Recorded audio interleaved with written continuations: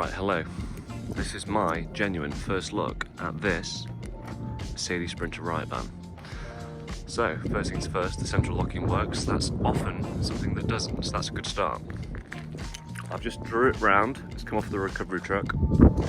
Not because it was an on-runner or anything, just because that's how we collect some of our vehicles. Following this, I will go for a test drive, by the way. So, let's have a look at it. First thing I notice, the side loading door doesn't look completely diminished. In fact, it just looks like it wants some paint, which is a pleasant surprise. This is a new camera. It's a new phone, pardon me, with a different camera, so just checking it out. So the bottom of the near side door sill, looking good, no corrosion. The actual sill of the vehicle, nice and solid. Got a weight plate here, 5 ton gross weight of course. It's the 160 brake horsepower.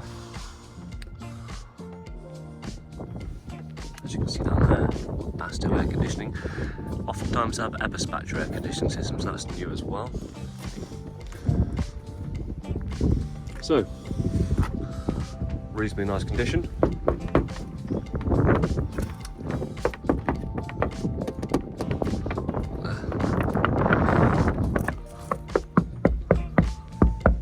Okay, I did wonder why they weren't faded, but they are glass windows, and traditionally in these police vans they are plastic, so that looks consistent over on the driver's side as well.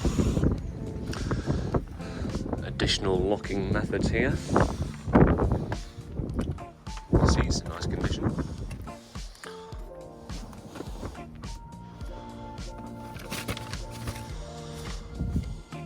College of Policing.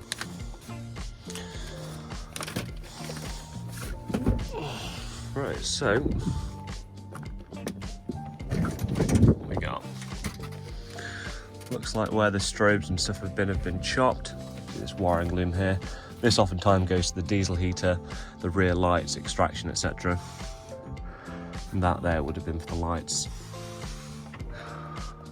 And that's some sort of split charge relay made by Sterling Power Products. That'd be a good quality item. Imagine you'd be able to reuse that in your conversion of some form.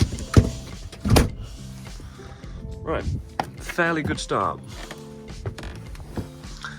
OBD/fuse box access removed. There's no warning lights in the dash. That needs going back on. Original handbooks. A couple of holes here in the dash. Let me just. And she's here. Okay.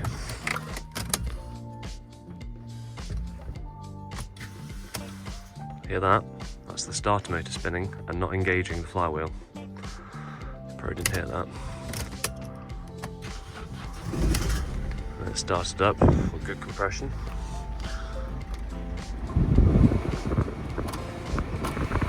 Okay, heater controls work.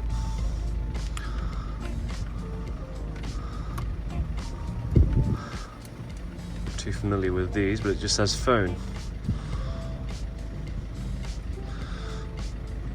I'm going to presume that that might need plugging in and something doing, but it's definitely not playing any music right now. That's the Eberspatcher air conditioning system which comes out of these ports here, and that doesn't seem to be engaging. That'll be something to do with the wiring underneath this double seat. So we've got a bonnet catch here, which I'll pull, and then you've got this additional catch here, which I assume is the original catch, which lowers this roof rack thing to protect the windscreen. Or is that it? The majority of people will be removing that, so I suppose it's not really worth discussing. Right. Okay. Steering wheel has a bit of wear on it. Only 108,476 miles, full tank of diesel. Let's just go ahead and see if that starter motor engages. You hear that? It's not. Second time round, it does. Let's try again. Okay, onto starter motor. Okay, so what we're welcome with around here, door sill, not as good as the passenger side, but still, it's okay. The sill here is fine. Okay.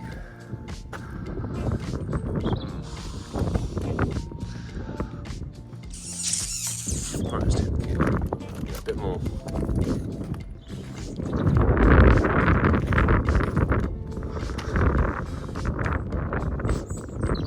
Okay, it looks nice and solid. What are these arches like?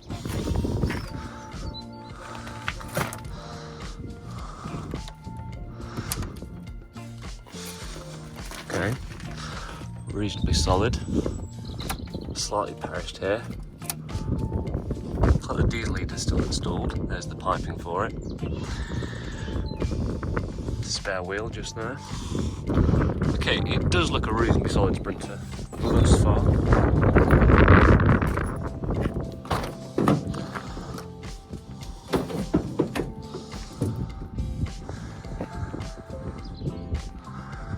Okay, rear doors, good.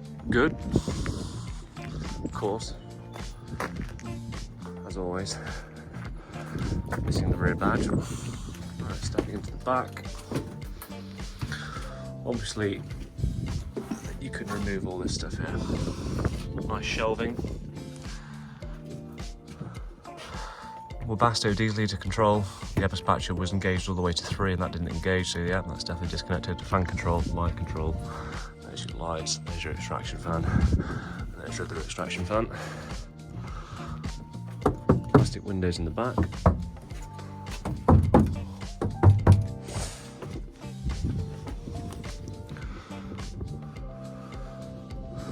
Yeah, diesel heater is still complete.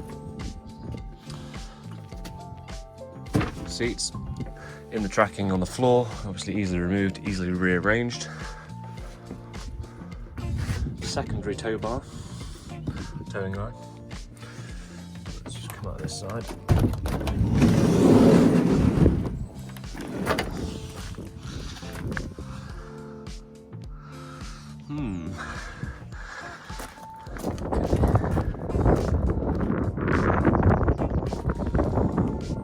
I did look at the tyres quickly when it was on the front, 2019 on the front.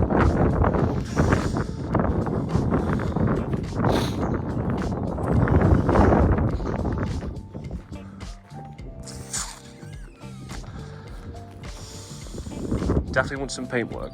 Definitely want some paintwork. But then again, don't all Sprinters want some paintwork? Rubber missing on the windscreen. Solid. Solid. Right. Where is it? There we go.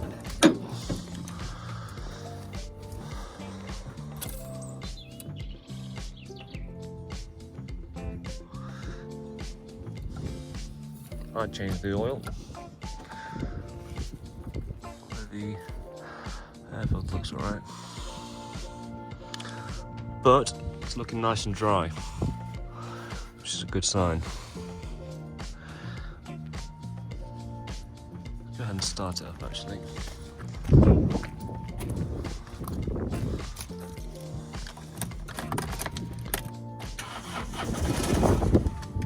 Okay.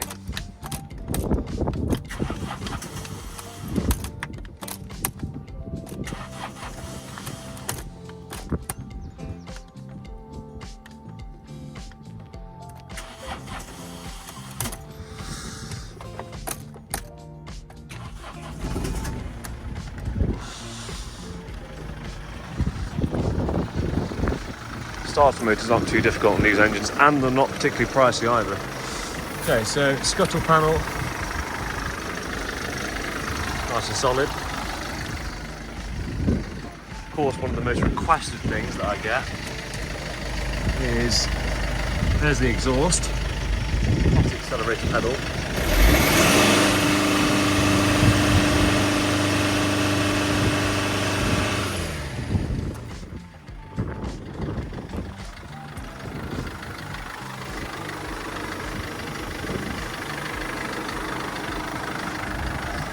Definitely would scrub up well.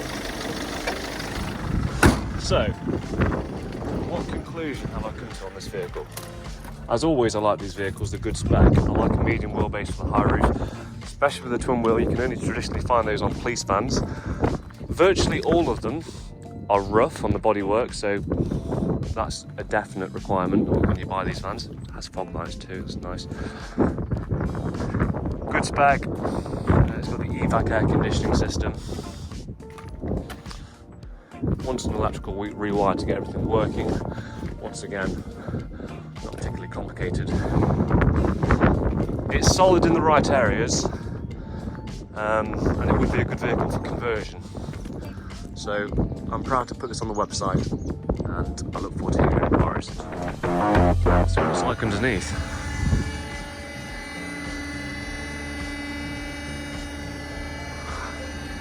This rear step.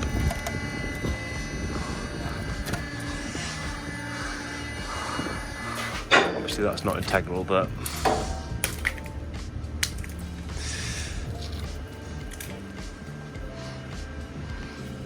it's not good at all. That one's coming off.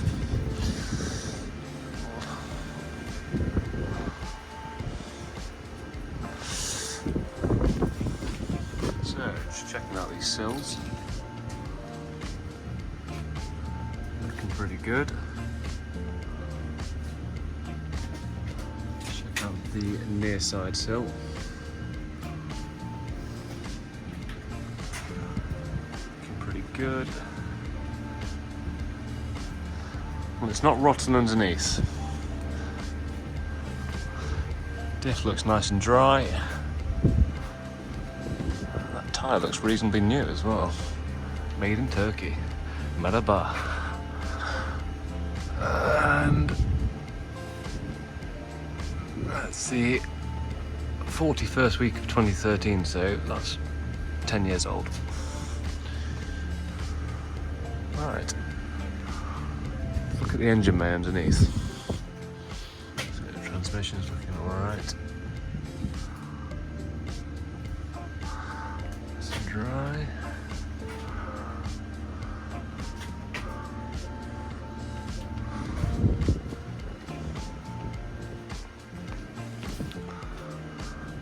Wow. That is oil free.